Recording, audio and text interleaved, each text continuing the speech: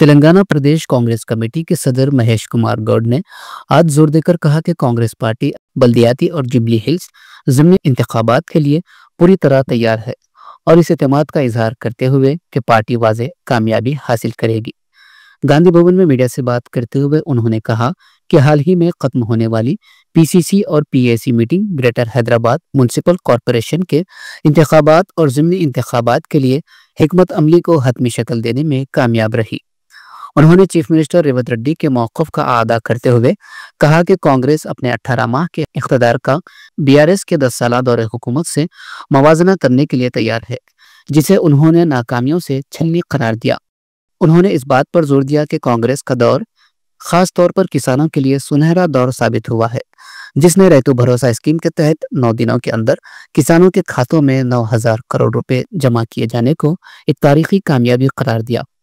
उन्होंने कहा कि रियासत में बल्दियाती इंतखाबात अदालत के फैसले के मुताबिक होंगे और पसमानदा तबक़ात के तहफ़्फ़ुज़ात को नाफिज करने के लिए कांग्रेस पार्टी के अज़्म का आदा किया। उन्होंने बीसी रिजर्वेशन मसले पर भी बीजेपी कायदीन की खामोशी पर तनकीद की और कहा कि कांग्रेस बीसी को इनकी सियासी नुमाइंदगी देने के लिए पुरअज़्म है। उन्होंने मजीद कहा कि बल्दियाती इंतखाबात में बीसी के तहफ़्फ़ुज़ात पर जल्द ही हतमी फैसला लिया जाएगा। हज़्ब इख्तिलाफ की जमातों को निशाना बनाते हुए उन्होंने ख़वातीन को बाइख्तियार बनाने के बारे में इनके तबसरों के लिए बीआरएस एमएलसी की कविता पर तनकीद करते हुए कहा कि इनकी पार्टी के ट्रैक रिकॉर्ड को देखते हुए इस मामले पर बात करना इनके लिए शर्मनाक है। उन्होंने बीजेपी के राज्यसभा एमपी आर कृष्णैया की भी बीसी वेलफेयर पर इनके मौक़िफ़ पर सवाल उठाते हुए कविता की हिमायत करने की मजम्मत की। స్థానిక సంస్థల ఎన్నికల విషయంలో కోర్టు ఇచ్చిన తీర్పు దానికి అనుగుణంగా ఎన్నికలు జరిపే ప్రయత్నం కాంగ్రెస్ ప్రభుత్వం చేస్తుంది। మీ అందరికీ తెలుసు బీసీ రిజర్వేషన్ విషయంలో కాంగ్రెస్ పార్టీ కట్టుబడి ఉంది। రాహుల్ గాంధీ గారి యొక్క ఆశయాన్ని పూరించే విధంగా ఈ రాష్ట్రంలో రేవంత్ రెడ్డి గారు కుల సర్వే చేయడంతో పాటు 42% రిజర్వేషన్ ఇచ్చున్నాం। 4 మాసాల క్రితం ఎన్నికలు జరగాల్సి ఉన్నప్పుడు కూడా ఈ రిజర్వేషన్ ఇంప్లిమెంట్ చేసుకోవాలనే ఉద్దేశంతోనే ఎన్నికలకు ముందుకు జరపడం జరిగింది। చట్టం చేశాం, అసెంబ్లీలో 2 బిల్లు పాస్ చేశాం।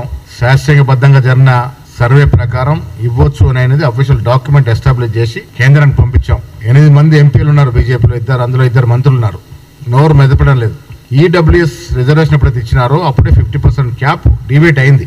దానికి అనుగుణంగానే ఈ రిజర్వేషన్ ఇవ్వాలని కేంద్రాన్ని కోరుతా ఉన్నాం। వాళ్ళు ఇస్తే సంతోషం, లేదంటే ఇంకా లీగల్ ఆస్పెక్ట్స్ స్టడీ చేసి మా తపనంతా కూడా రిజర్వేషన్ ఇచ్చి ఎన్నికలకు పోవాలని। బట్ కోర్టు తీర్పిచ్చింది కాబట్టి దీని మీద సుదీర్ఘంగా కేబినెట్ మంత్రులతో ముఖ్యమంత్రి గారితో మేమంతా దీన్ని చర్చించి తగు నిర్ణయం తీసుకుంటాం। ఇకపోతే నిన్న గాంధీభవన్లో జరిగిన political affairs committee meeting, advisory meeting, vice president ప్రధాన కార్యదర్శి మీటింగ్ చాలా విజయవంతమైంది। చాలా విషయాలు లోతుగా పిఎస్సిలో చర్చించడం జరిగింది। రానున్న స్థానిక సంస్థల ఎన్నికలు, జూబ్లీస్ ఉప ఎన్నిక, వచ్చే సంవత్సరం ఉన్న జిహెచ్ఎంసీ ఎన్నికల్లో అనుసరించిన వ్యూహం పైన చాలా విషయాలు లోతుగా చర్చించుకొని కొన్ని నిర్ణయాలు కూడా తీసుకోవడం జరిగింది। నేను ఒక మాట నిన్న పిఎస్సి మీటింగ్లో చెప్పాను, ఇప్పుడు కూడా చెప్తా ఉన్నాను। 18 మాసాల కాంగ్రెస్ ప్రభుత్వం నా భూతం నా భవిష్యత్ తెలంగాణ గతంలో సమైక్య ఆంధ్రప్రదేశ్ చరిత్రలో మొదటిసారిగా గోల్డెన్ పీరియడ్ నడిచింది। స్వర్ణయుముల తలపించే విధంగా 18 మాసాల పాలన సాగింది। దానికి కారణం మేము ఎన్నికలకు ముందు ఇచ్చినటువంటి ప్రతి వాగ్దానాన్ని మెజారిటీ అంశాలు పూరించడం। దాదాపు 70,000 ఉద్యోగులు కావచ్చు, నిన్న సాయంత్రం వరకు 9 రోజుల్లో 9,000 కోట్లు రైతు భరోసా కింద జమ చేయడం అంటే ఇదొక చరిత్రాత్మక నిర్ణయం। కాంగ్రెస్ ప్రభుత్వం వ్యవసాయదారుడికి, రైతుడికి వెన్నుముకగా ఉండి ముందుకు తీసుకెళ్తున్న సందర్భం।